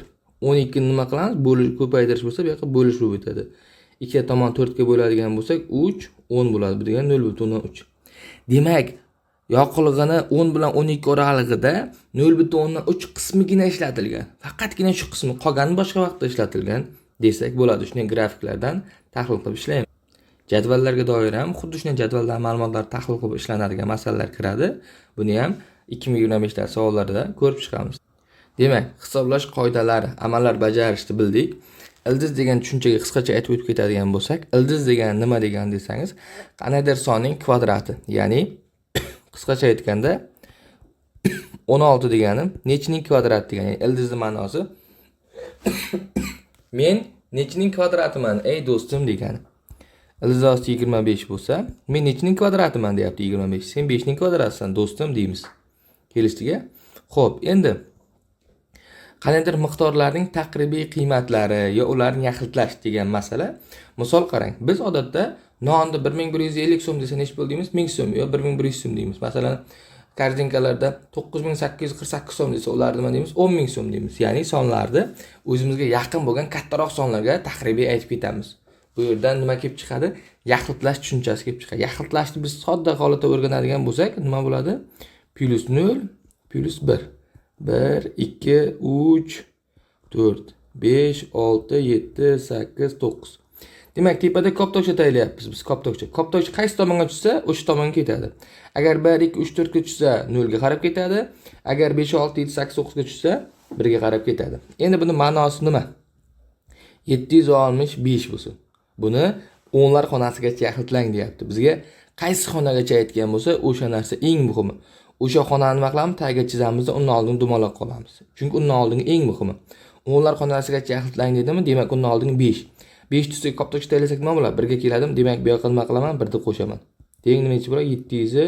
770 bo'ladi. Ya'ni bu tagiga chizganimdan keyin o'sha yaxlitiladigan xonadan bu yog'i hammasi har doim 0 bo'lib ketadi. 9 9 9 9 6 5 4 bo'lsin. Misol. Bizda minglar xonasigacha yaxlitlang deyapti. Birlar, o'nlar, yuzlar, minglar. To'g'rimi? Yaxshi, undan oldingi masalan buni 6 keyin 2 qilib qo'yaman men. 2 qilib qo'yaman. 2 qilib qo'ysam nima bo'ladi? 2 qayerda turibdi? 2 ga tushsa 0 ga ketib qoladi. Demak, bunga qo'shaman 0. Bu degani teng, ya'ni teng emas, mana bunda taqriban teng. Taxminan teng. 9 9 9 9 va qolgan uchalasi nima? 0 0 0 bo'lib ketadi. Tushunarli bo'ldimi? Ya'ni biz eng muhimi qaysi xonasidan so'ragan bo'lsa, undan bitta oldingini koptokcha qaysi tomonga ketishiga qarab 1 yon yo'lni qo'shib qo'yamiz. Masalan, 990 5 bo'lsa, agar o'nlar xonasi chaqildan kelsa, bunga necha qo'shsa 1 qo'shiladi. 9 ga 1 qo'shsa 10, bu yoqqa 1 qo'shilib ketadi va bu taxminan 1000 ga teng bo'ladi. Tushunarlimi? Yaxshi. Endi absolyut va nisbiy xatolikka keladigan bo'lsak, nima bular? Demak, absolyut xatolik deb nima deymiz biz? Sonni o'zidan taqribiy qiymatni orasidagi farqiga absolyut xatolik deymiz. Modulga olib qo'ysak ham bo'ladi. Endi undan tashqari nisbiy xatolik deb o'shalarni absolyut xatolik bilan sonni o'ziga nisbatini 100 ga ko'paytirsak, bu nisbiy xatolik. Ya'ni qancha nisbatan biz xatoga yo'l qo'ydik taqribiy qiymatni hisoblayotganda degani. Endi sonda nima? Modulni o'tdik. Standart shakl nima degan? Mana bu sonni standart shakl degani har doim biz agar o'nlik holatda berilayotgan bo'lsa, har doim buni standart shaklda biz eng muhim qoidaga e'tibor berishimiz kerak. Ya'ni har doim birinchi bitta raqam, undan keyin nima 12 hosil bo'lishi kerak. Buning uchun buni necha ko'paytiraman? Ya'ni agar men 10 ga ko'paytirsam orqaga siljitgan bo'laman, bo'lsam oldinga. Demak, oldinga siljitdimmi? Demak, 10 ning -1-siga ko'paytirdim. Ya'ni o'nlik kasrning taqribiy qiymati oldida bitta butun son turadi, qolgani undan keyin virguldan keyin ifodalanish kerak. Bu yerda ifodalayotgan nima qiladi? Ikkita 0 qisqaradi, mana buni 5 qilib qo'yadi, to'g'rimi? Ya'ni 5 ko'paytir 10 ning -5-si. Butun sonni o'zi bo'lsa, o'sha sonni o'zi holatda qaytadi. Lekin o'nlik kasr bo'ladigan bo'lsa, bitta raqam oldinda chiqib, uni standart shakl ko'rinishida olib kelinadi. Demak, o'lchov birliklari metr, kilometr kabi ifodalar, ularni sodda holatda biz ko'pchiligimiz bilamiz. Eng muhimligini tushuncha, masalan bizda nima deb so'ralgan bo'lishi mumkin. Ya'ni bizdan so'ralgan bo'lishi mumkin. 1 metr kub 5 desimetr kub teng necha santimetr kub deb so'ralgan bo'lishi mumkin. Shunday payt nima qilamiz? Eng muhimiga aytavering. 1 metr necha santimetr? 100 santimetr, to'g'rimi? Xo'p, kubini topishni nima qilamiz? Ikkita tomonni ham kubga oshirib qo'yamiz. Kubga oshirib, buni 1 ning kubi 1, m ning kubi m kub. To'g'rimi? Teng 100 ning kubi 1 million, 1 million santimetrning kubi santimetr kub. Demak, 1 metr kub 1 million santimetr kub ekan. Ya'ni ikkita tomonni kubga ko'tardim. Xo'p, 1 desimetr necha santimetr? 10 santimetr bo'lgan ikkita tomonni kubga ko'tarsam 1 desimetr kub teng 1000 santimetr kub. Yaxshi, buni hisob-kitob qiladigan bo'lsam, 1 millionga 1000 deb qo'shadigan bo'lsam, 1 million 1000 bo'lar ekan. Ya'ni 1 metr kub 5 desimetr kub 1 million 1000 santimetr kubga teng bo'ladi. Eng boya e'tibor beradigan joyimiz shu. Demak, keyingisi geometrik shakllar va ularning o'lchovlari deydigan bo'lsa, eng muhim tushunchalar bu yerdan nima? Perimetr va yuza. Yuza nima degani? Shaklni egallab turgan qismi yuzaga kiradi. Ya'ni qanday shaklni egallab turgan bo'lsa, o'sha qismi uni yuzasiga kiradi. Perimetr degani shu chegaralarini uzunligiga kiradi. Ya'ni ichi 100, chegarasi p desak ham bo'ladi. Har qanday shaklda. Endi bizga ko'plardagi ma'lum, ya'ni to'rtburchakni yuzasi bu a bo'ladigan bo'lsa, b bo'ladigan to'g'ri to'rtburchak bo'lsa, a ko'paytirilgan b ga teng. Perimetr nima demak? 2a plus b ga teng. Xo'p, endi kvadrat bo'lsa, u hamma tomoni teng bo'lib beradi. Uchburchak hisoblaydigan bo'lsak, bu a, b, c bo'lsa, bu h, c bo'lsa, perimetr uchalasining yig'indisiga teng. S topish uchun h, c ni c ga ko'paytirib 2 ga bo'lsak bo'ladi. Endi to'g'ri burchakli bo'ladigan bo'lsa, bunda bu ham katet deyiladi. AB bu C gipotenuza deyiladi. Xo'p, buni yuzasini topish uchun S teng A ko'paytirilgan B taqsim 2 qilib qo'ysak ham bo'ladi. Ya'ni bu qisqacha yana masalalarda batafsil to'xtalamiz. Demak, fazoviy shakllarga nimalar kiradi deydigan bo'lsangiz, unga asosan kub va parallelopiped misol olsak bo'ladi. Xonamiz bu parallelopiped shakldagi shakl, ya'ni mana bu parallelopiped desak bo'ladi. Parallelopipedda A, B, C, ya'ni A balandlik asoslari AB, H bu balandlik. Hajmi uchalasini ko'paytmasiga teng. To'la sirti degani hamma yuzalarini, ya'ni 6 ta tomonni qo'shib chiqadi. 2 AB qo'shuv BC qo'shuv CA. Endi kubda nima? Kubda 12 ta qirra bor. Mana 1, 2, 3, 4, uzr.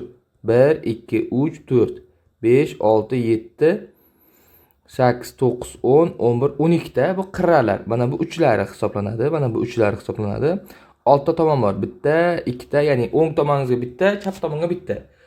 To'g'ringizda bitta, orqangizda bitta, tepangizga bitta, pastingizga bitta. Bu jami 6 ta tomon bo'ladi. Parallelopipedda kub degani hamma parallelopiped tomonlari 3 ta tomoni ham teng bo'lsa, u kub hisoblanadi. Endi mulohazalarga keladigan bo'lsak, bu mulohazalarga nima? Rost yoki yolg'on yoki fikr holatlarini ifodalash mumkin. Demak, keling siz bilan mulohazalarga doir bitta DTM bergan masalani ko'rib chiqamiz. Nima deyapti? A mulohaza A aytayaptiki, bir son 2 ga bo'linmaydigan eng kichik tub son deyapti. Demak, 2 ga bo'linmaydi va u nima deyapti? Tub deyapti. 1 ga ta'rif beryapti endi. Xo'p, B aytayapti. 385 deyapti. 12 ga qoldiqsiz bo'linadi deyapti. 12 ga qoldiqsiz bo'linadi deyapti. Endi bizga pastda so'rayapti. Qaysi mulohaza to'g'ri deyapti. Xo'p, endi qarang.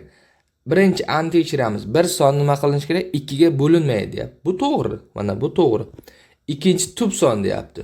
Bir son tubmi? Tubni ta'rifi nima? Tub son deydik. Tub son yuqorida o'rgandik. Faqatgina bir va o'ziga bo'linish kerak. Ya'ni ikkita kamida bo'lishi shart. Birda bormi unda? Yo'q, faqatgina birga bo'linadi. Demak, u nima? Tub son emas. Demak, bu xato fikr. B ni, ya'ni 385 12 ga bo'linmasligini aniq ko'rib turibdi. Demak, nima? Bu yerda A da aytayaptiki, A va B ikkalasi ham yolg'on deyapti. Shunday fikr mulohazalar, ya'ni bilgan ma'lumotlarimiz asosida shunday fikrlarimizni so'rab, ularni tahlil qilishimizni so'rar ekan. Demak, va nihoyat biz 2025 DTMda tushgan savollarga ham keldik. Ya'ni Rustombek O'ksharoyev tomonidan qilingan. Ularga katta rahmat aytamiz. Xo'p, nima bo'ladi? Bu yerda savollar bu yerga berilgan ekan. Hamma mavzuga doir qisqa savollar bor. Bitta tirs ishlab ketamiz. Demak, biz qaraydigan bo'lsak, nima deyapti bizda? Toshbaqa 1 minutda 2 metr yo'l bosadi deyapti. 150 metr necha soatda bosib o'tadi deyapti. Demak, birinchisi 1 minutda qancha bosadi? 2 metr bossa, bizga nima kerak? 150 metrda qanchada bosish kerak? X deymiz. Proporsiyaga buni bunga, ya'ni 150 teng 2x. X teng 75 daqiqa degani 75 minut. Bu degani 1 soati nech? 1 soati 1.25 soat. Ya'ni 75 nima qilamiz? 60 ga bo'ladigan bo'lsak, bu 1.25 chiqadi soatda. To'g'rimi? Shunday osongina topib qo'ysak bo'lar ekan. Yaxshi, keyingisi A sonning 36% 108 sonning 24% ga teng deyapti. Demak, A ning 36% degani nima degani? Uni har xil ifodalashimiz mumkin. Boyagidek proporsiya qilsangiz 0.36 A bo'ladi. Bu nimaga teng ekan? 108 ning 24%. Uni ham boyagidek proporsiyaga tepada o'rganganimizga qo'ysak 0.24 chiqar ekan.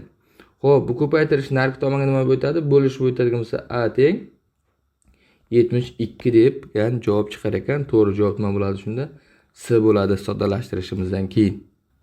Demak, mana sizga ehtimollar nazariyasi, ya'ni 7-masalada nima deyapti bizda? 7-masalada gul do'konida bor ekan, 3 xil guldasta bor ekan. Ya'ni qizil guldan 1, 2, 3. Qizildan 3 xil bor ekan. Keyin nima? 2 xil bor ekan. Qandaydan? 1, 2 bu oqdan ekan. Bittasini olish ehtimolini toping deyapti. Jami holatlar nechta? Jami holatlar. Ya'ni biz foydalandik-ku P A deb n taqsim m deb. Jami holatlar nima? Jami holatlar 5 ta. Bizga bittasini olish kerakmi? Demak nima? 1 taqsim 5. Ya'ni bittasini necha xil usulda olish mumkin? 5 xil usulda olishimiz mumkin ekan. Ya'ni uning ehtimolligi 1 taqsim 5 bo'ladi. Olishlar usuli to'g'ri javob B bo'ladi. Tushunarli bo'ldimi? Yaxshi. Mana sizga 9-masala kombinator, ya'ni 3 xil 3 dona meva bor. Ularni toshkentda necha xil usulda joylash mumkin? Boyagida P n teng n faktorial formulamizga ko'ra P3 ni so'rayapti-da. 3 faktorial degani 6. Nega unday deydigan bo'lsangiz, mana ki hisoblab, mana bu yerga 3 ta ketish mumkin. Ya'ni har qanday 3 ta mevani joylashtirish mumkin. 3 taning bittasini joylashtirganimizdan keyin bunda tabiiy 2 ta qoladi, bunda bitta. Ko'paytirib qo'ysak 6 ta kelib chiqadi. Demak, keyingisi aytayapti, mana rasmda muntazam uchburchak berilgan. Agar kvadratning yuzi A bo'lsa nima bo'ladi? A kvadrat teng 36 bo'ladi. A teng necha? 6 bo'ladi. Demak, bu ham 6, bu ham 6, bu ham 6. Uchburchakning perimetrini toping. Perimetrining uchalasini yig'indisi bu degani 18 bo'ladi. Demak, juda muhim narsalardan biri bu ko'paytuvchilarga ajratish masalasi, ya'ni bir xat ko'p xatlardi. Bir xat ko'p xatlar haqida qisqacha aytadigan bo'lsam, bir xatlar bu x y x ya'ni bitta noma'lumni o'zi va bir necha ko'paytuvchilar bilan holatda birga keladigan.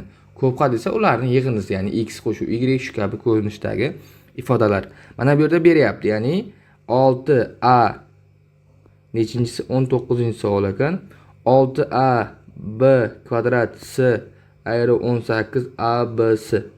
Xo'p, nima ko'paytuvchi ajratishimiz kerak ekan? Teng yozamiz.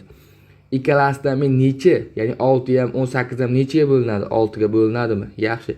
Ikkalasida ya'ni bor umumiy narsalarni olyapman. A bormi ikkalasida? Ikkalasida ham b bormi? Ikkalasida ham s bormi? Mana bundan 6 ni chiqarib oldim, 6 yo'q endi. A ni chiqarib oldim, A yo'q. B ni chiqarib oldim, B ni bittasini chiqarib oldim, bitta B o'zi qolib ketdi. Bu yoqdan uchalasini ham chiqarib oldim. Faqat 6 ni chiqarsam, bu yerda 3 qolib ketadi, ayri 3. Mana bo'ldi. Demak, to'g'ri javob nima bo'ladi? S bo'lar ekan.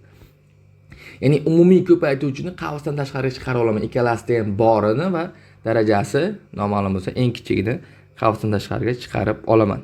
Mana bu yerda parallelpipedning to'la sirtini yozing deyapti. Boya biz tepada formulasini ham siz bilan ko'rib ketdik. Ya'ni S teng 2AB qo'shuv BS qo'shuv SA. Ya'ni ikkitalab ko'paytirib qo'shib chiqasiz va 2 ga ko'paytirib qo'yasiz. Xo'p, keyingisi shuni o'zidagi, ya'ni mana bu 22-masalaga qaraydigan bo'lsak, nima bo'ladi? Bu 50 ekan. Mana bu ikkita tomon teng degani, 3 burchak ikkita teng olinadi. 3 burchak nima degani? Asosda burchaklar ham teng degani. Demak, bu ham nima? 50 ga teng. Bu bilan bu ham tengmi? Demak, bu x ga teng. Bo'ldi. 3 burchakning ichki burchaklar yig'indisi 182 ekanligini bilamiz. 50 qo'shuv 50 qo'shuv x qo'shuv x teng 180 bo'ladigan bo'lsa, x o'ziga nimaga teng? X o'zi 100 bo'lsa 40 ga teng bo'ladi. To'g'rimi? Bo'ldi, tugadi. Ha, yana shu masalalar ham bizga ko'p keladi. Ya'ni santimetr kubni nima qilishga? Litr kubga.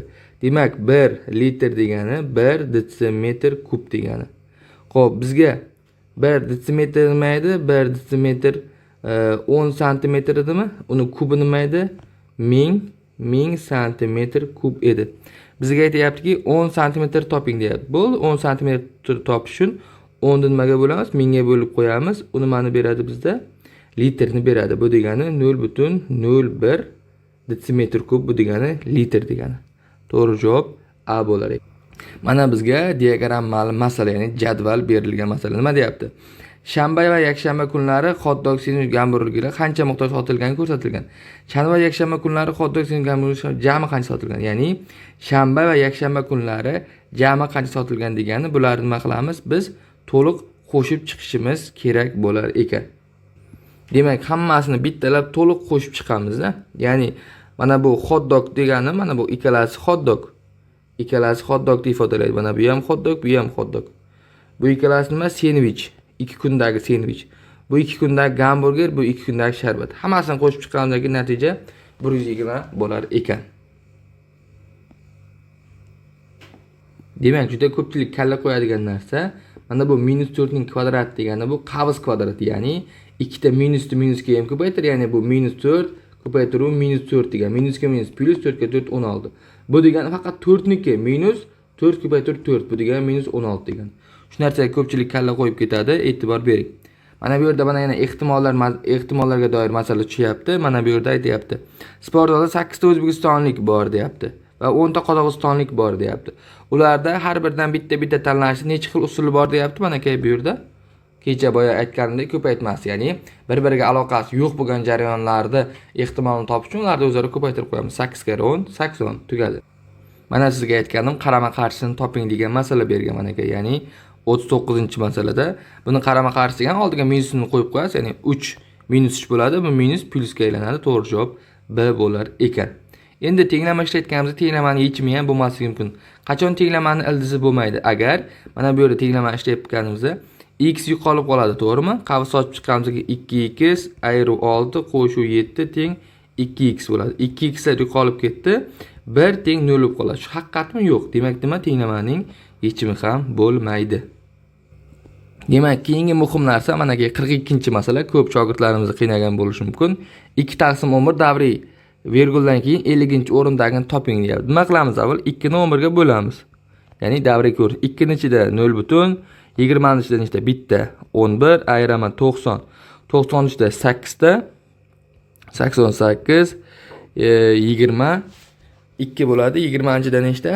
yana bitta ayiraman 11, 9 90 ichida nechta? 8 ta, demak 18 ketaverar ekan. Yaxshi. Bu nima degani? Bu degani 0 davrda 18 degani. Xo'p, ketma-ket ketyapti. Ya'ni bu 1 virguldan keyin 1, 2, 3, 4. Ya'ni har juftlari 8 bo'ladi, toqlari nima 1 bo'ladi. Demak 50-juftmi? Demak u 8 bo'lishi tabiiy. Demak, mana bu yerda 46-masalada soddalashtiring deb beryapti. Bularni nima qilamiz? Mana buni qavs har bittasiga ko'paytirib olib chiqamiz. Har bittaga ko'paytirsak x kvadrat, x ga ko'paytirsak x kub bo'ladi, qo'shuv minus 2x ko'paytirsak minus 2x kvadrat bo'ladi. Xo'p, yaxshi. Demak, keyingisi plus 4x, x ga ko'paytirib chiqdik. Endi qo'shuv 2 ga ko'paytirib chiqaman. 2x kvadrat minus 4x qo'shuv 8 ayru 4. X kubni o'zi bo'ladi. X kvadratlar qisqarib ketadi. 4x lar ham qisqarib ketadi. 4 ham qoladi. Demak, to'g'ri javob nima bo'ladi? A bo'lar ekan. Ya'ni mana bu yerda qisqa ko'paytirish formulasi berilgan ekan. Ya'ni mana buni ifodani biz tushuntirishda ham hisoblab qo'yishimiz mumkin, lekin osonda x kvadrat ayru y kvadratni biz x minus y, x plus y ko'rinishda yozib, oson holatda hisoblab qo'ysak bo'ladi. Ya'ni bunda qiymatini qo'ygandan ko'ra mana bu yerga qiymatini qo'ysak, tezroq javob chiqadi. Ya'ni mana 52 ni ko'radigan bo'lsak, nima bo'lyapti? 52 ikkalasini bir marta qo'shib, bir marta ayiramiz. Ikkalasini qo'shadigan bo'lsak nima bo'ladi? Ikkalasini tushuntirishda plus orada qiladigan bo'lsak, qo'shadigan bo'lsak 10 yarim bo'ladi. To'g'rimi? Ikkalasini o'zaro ayiradigan bo'lsak nima bo'ladi? Ayirib yuboryapmiz. Xo'p, unda 6 bo'ladi. Bu degani 63 bo'ladi javob. Ya'ni bittada hisoblab qo'yibman. Ortiqcha ishlar siz. Demak, keyingi muhim narsa bu koordinata o'qi. Mana bu Descartes koordinatlar sistemasi deyiladi. Bu y, bu x. Bu yerda bizda beryapti. Bu yerda har qanday nuqta A nuqta x, y x degan mana bu yerda qismi, y degani mana bu yerdagi x0, y0 desak bo'ladi. Demak, A deyapti -7 ga 0. Demak, x -7. Mana bu 1, 2 ketgan, bu yoqqa -1, -2 ketgan, bu yoqqa ham 1, 2 ketgan, bu yoqqa ham -1 ketgan. Nima deyapti bizda? -7 ga 0. Demak, x nima? -7. -7. Demak, mana bu yerda A nuqta shu yerda ekan. Y ga 0 ekan. Y ga 0, mana bu yerda 0. Ikkalasi ham 0, 0 nuqtasi. Biz aytayaptiki, x 7, mana bu yerdagi 7 nuqta, 7. Bizda nima desa, ular orasida masofa, ya'ni bu 7, bu ham 7, jami 14 ekan ular orasida masofa. To'g'ri javob nima bo'ladi? 57 ga A bo'lar ekan. Mana sizga jadvalli masala deganingiz, jadvalli masala. Nima deyapti? Jami mahsulot narxlarini so'mda toping deyapti. Bo'ldi, mana buni ikkalasini nima qilamiz? Ko'paytirib qo'yamiz, ko'paytiramiz, har birini ko'paytirib uchalasini qo'shib qo'yamiz. Javob 119 ming deb sodda holatda topishingiz mumkin. Demak, qarang, bizga to'rtburchak necha foiz bo'yalgan deyapti, to'g'rimi? Xo'p, necha foizni bo'yalganini qanday topamiz? Buni oson yo'li, jami nechta katak bor? Jami nechta katak bor? Jami 1, 2, 6 ta katak bor. Buni 100% deymiz. Bo'yalgani 3 ta. Bu qancha? X foiz deymiz. Tabiiyki proporsiya qiladigan bo'lsak, yarmi bo'yalgan bo'ladi-da. Xo'p, demak, keyingi muhim tushuncha bu aylana. Aylanani hammamiz bilamiz. Aylana bilan doirani farqi, ya'ni aylanani yuzi yo'q, doirani yuzi bo'ladi. Demak, bu markazi. Markazdan chegaragacha bo'lgan masofa r, bu radius. Radius. Mana bu vatar. Vatar. Ya'ni aylana markazidan o'tmaydigan chiziq. Aylana markazidan o'tadigan eng katta to'g'ri chiziq bu diametr deyiladi. Diametr. Bu diametr deganda bu ikkita radiusga tengligini ham bilamiz. Demak, doiraning yuzi pi ko'paytiruv r kvadrat, radius kvadrat.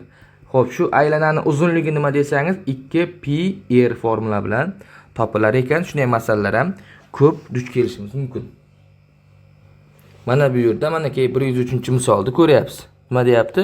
Radius beryapti, aylana uzunligini toping deyapti. Mana bizga bu formula ma'lum. Qo'yamiz. Pi ni o'rniga nima deyapti? 3 ong deyapti. L teng 2 ko'paytir 3 ko'paytir 3 teng necha? 18 bo'ladi. S javob. Tushunarlimi? Demak, mana bu yerda 114-misolda nima deyapti? Ko'paytma berilgan, yig'ini berilgan. Mana buni toping deyapti. Buni ikkalasidan A, B ni umumiy chiqarib olsam, umumiy ko'paytiruvchi sifatida xavfdan tashqariga A plus B qoladi ish kerak. A, B nimaga teng? 7 ga. a plus b 6 ga. Buni ikkalasining ko'paytmasi 42 bo'ladi.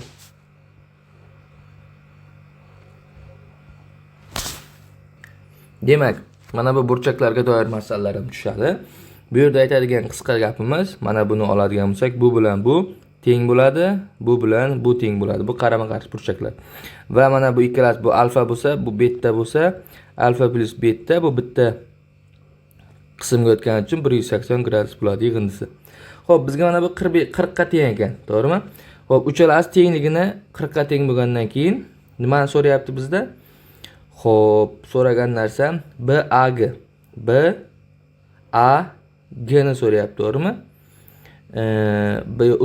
BO mana bu nuqta o'rta O.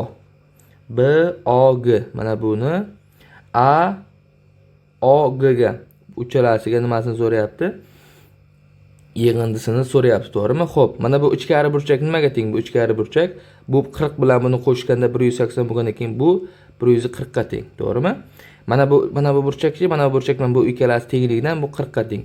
140 ga 40 qo'shadigan bo'lsa, nima? 180 ligini tabiiy ko'rishimiz mumkin. Ya'ni ichki qarama-qarshi burchaklar, qo'shni burchaklar 180 ligidan soddagina top.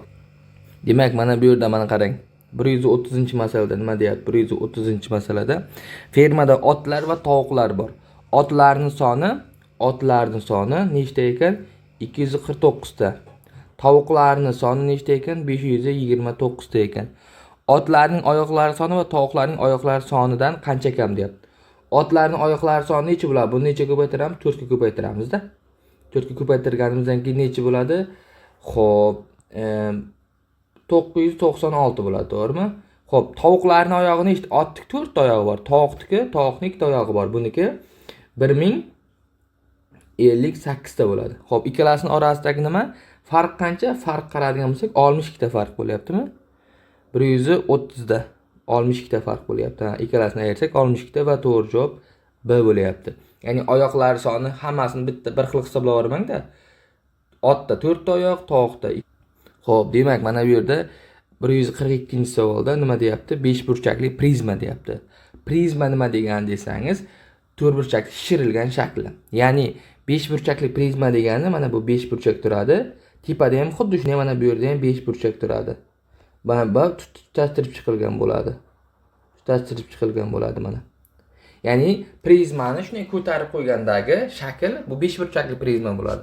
Xuddi shundayni 6 burchakni ham ko'tarib qo'ygan, tepada ham 6 burchak, pastda ham 6 burchak ko'tarib qo'ygandagi shakl bu 6 burchakli prizma bo'ladi. Xo'p, bizda nima deyapti? Qirralari soni farqi deyapti. Qirralari soni. 5 burchakda tepada 5 ta, pastda 5 ta qirra bor. Jami 10 ta. O'rtada yana nechta? 5 ta bor. 15 ta bor. Bunda jami 18. Tepada 6 ta, pastda 6 ta, ular ulab turgan 6 ta. Orasida farq 3. Demak, to'g'ri javob 3 bo'ladi va B bo'ladi. Yaxshi. Demak, mana shu ikkita masala bilan siz bilan darsimizni yakunlasak ham bo'ladi. Nima deyapti bu yerda? Qarang, bu A deyapti, to'g'rimi? Bu A. Bu demak ikkalasi teng. Mana bu belgi teng. Demak, bu ham A bo'ladi. Mana bu burchak nima bo'ladi shunda? Mana bu burchak umumiy qo'shni burchaklar bo'lgani uchun 180 ligidan bu 180 ayru 2A bo'ladi. Boshqa tomonda mana bu ikkalasi teng yonli ekanligidan bu bilan bu nima bo'ladi? Teng bo'ladi. Demak, 180 ayru 2A teng 38 ga ekan. Xo'p, bundan buni bu yoqqa plus qilib o'tkazamiz, buni bu yoqqa minus qilib, ya'ni 180 ayru 38 teng 2A. A ni topadigan bo'lsak, 90 ayru 19 bo'ladi. 61. Yo 71. 71 bo'ladi. Endi mana bu yerda tomoni 10 ga teng bo'lgan kvadrat bo'lsa, bo'yalgan soha yuzini toping deyapti, to'g'rimi? Bo'ldi, mana bu 4 bilan 8. 4 bilan 8 necha? 32. Общий yuzi 100, 32 ni ayiramiz. Teng 68 bo'ladi. B javob. Sizga katta rahmat. Chunki 2 soatga yaqin vaqtingizni ushbu foydali dars uchun sarfladingiz. Shu vaqtingizni boshqa ishlarga ham sarflashingiz mumkin edi. Endi sizga mana bu ajoyib yangilik xushxabarimizda aytadigan bo'lsak, agar siz o'zingiz mustaqil majburiy matematikaga tayyorlanadigan bo'lsangiz, avvalo bir narsaga e'tibor berishingiz kerak. Ya'ni ushbu video darsliklarni ko'rib, o'zingiz mustaqil kerakli adabiyotlardan, ya'ni unga doir ham biz maxsus darslik tayyorlayapmiz. Ya'ni mustaqil majburiy matematikaga tayyorlanish bo'yicha ularni ko'rib mustaqil tayyorgarlik ko'rishingiz mumkin. Bunga e'tibor berishingiz kerak bo'lgan jihat, 3 kun yo 4 kun ketma-ket o'zingizni nazorat qiling. Kamida 2-3 soat telefon yo ortiqcha narsalardan foydalanmagan holatda shug'ullana olsangiz, sizni tabriklayman va muvaffaqiyatli imtihonga qadar tayyorgarlik ko'rishingiz mumkin. Agar unday bo'la olmaydigan bo'lsa, men siz uchun shuncha foydali va manfaatli video darslar taqdim etgan holatda bir taklif bermoqchiman. Ya'ni sizlar uchun maxsus ko'plab shogirdlarimiz, o'quvchilarimizga foydasi bergan va natijaga asoslangan dastur asosida tavsiyalarga ko'ra o'zimizda tezkor majburiy matematika kursini ishlab chiqdik. Bu kursimizda siz 10 tadan 10 ta ishlab qolmaysiz. Ya'ni aniq siz 10 tadan 10 ta ishlashingiz 100% to'liq natijaga asoslangan. Ya'ni haftada 7 kun to'liq dars va 3 ta ustoz tomonidan. Bu degani siz kamida 3 ta ustoz 7 kun sizni boshingizga qarab faqat siz uchun harakat qiladi. Tabiiyki bu siz 1 daqiqa ham 1 minut ham siz bo'sh qolmaysiz, 1 minut ham siz bekor qolmaydigan darajada to'liq vazifalar, topshiriqlar, doimiy nazoratlar bo'ladi.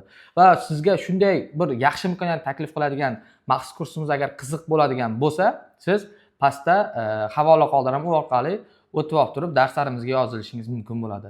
Ya'ni bu darslarimiz bizga shu paytgacha natijaga asoslangan o'quvchilarimizni natijaga chiqargan bilimlarimizni va hozirgi kunda ko'plab bir o'quvchilarimizni ishlatayotgan eng so'nggi, eng muhim tizimlarimizni va eng so'nggi, eng tushish ehtimoli yuqori bo'lgan savollar asosida haftada 7 kun to'liq, ya'ni 3 kun, 2 kun, 1 kun emas, yoki haftada to'liq 7 kun siz uchun maxsus 3 ta ustoz tomonidan tashkillashtirilgan ushbu onlayn tezkor majburiy matematika kursimizda taklif qilaman agar qiziq bo'ladigan bo'lsa. Mustaqil tayyorlanayotgan bo'lsangiz ham sizni ilm matematik fazosi Telegram kanalimizda ham bemalol siz mustaqil tayyorgarlik ko'rishingiz mumkin. Ya'ni biz asosiy buni qilishdan tashkillashtirishdan maqsad majburiy matematikaga tayyorlanuvchilarni mustaqil bepul shunday tayyorlash.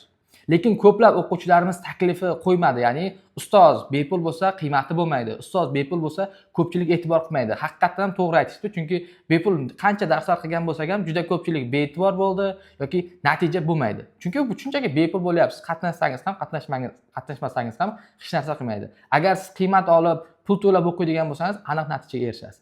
Nega bu haqida men qayg'uryapman? Sizni shuncha vaqt sarflagan vaqtingizda, shuncha umringizda eng oxirgi, eng muhim hosil olinadigan vaqtida siz xato qilib, shoshilib yoki bir keraksiz narsalarga vaqtingizni sarflab qo'ymay, universitetga kirishdan mosuvo bo'lib qolishingiz mumkin. Chunki 0.1 ball ham sizni budjet yoki kontrakt, o'qishga kirish yoki kira olmasligingizni hal qiladi. Siz qayerda 4 yil kontrakt to'lab, 10-20 milliondan to'lab o'qiganingiz qayerda? Qayerda siz budjetga o'qiganingiz? Qayerdaki siz o'qishga kirib, xursand bo'lib, baxtli bo'lib yurganingiz, hammani chaqirib mehmon qilganingiz qayerda? Qayerdaki siz o'qishga kira olmay, hammadan yashinib, yig'lab, siqtanib, qiynalib yurganingiz qayerda? Biz sizni natija qilib, grantga kirishingiz tarafdorimiz. Shuning uchun bepul darslar tashkillashtiryapmiz, shuning uchun mana bunday foydali ishlar qilyapmiz. Foydalaning, biz siz tarafdorimiz. Ilm olishdan charchamang, kelajakda bundan da muvaffaqiyatlar erishishingizga tilakdoshimiz. Katta rahmat.